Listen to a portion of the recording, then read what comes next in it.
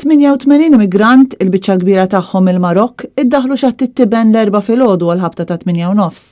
Il-grupp ta' 88 immigrant kienu qegħdin fuq dajsa tal-injam madwar 30 mil nautiku minn Lampedusa meta talbu l-għajnuna jumejn ilu. Il-Forza Navali Taljana batet lanċa sabiex tassisti lil dawn l-immigranti, iżda minħabba problemi tekniċi ma setax tkompli bl-operazzjoni tas-salvataġġ. Kien għalhekk li tlieta intervjenew il-Forzi Armati Maltin u permezz tal-Patrol Boat P-52 qabbew l-immigranti kollha u ddaħlu f'Malta. Fost l-immigranti kien hemm persuni ġejjin miċ-Ċad, l-Alġerija, l-Eġittu, l-Eritrea, il-Bangladesh u anke l-Libja. Dan apparti 48 Marokkin li kienu l-akbar grupp minn fost dawk salvati. Dak kien l-ewwel intervent tal-AFM matul din is-sena, bl-aħħar wieħed ikun dak ta' Deċembru fejn l-Armata Maltija kienet salvat 180 immigrant.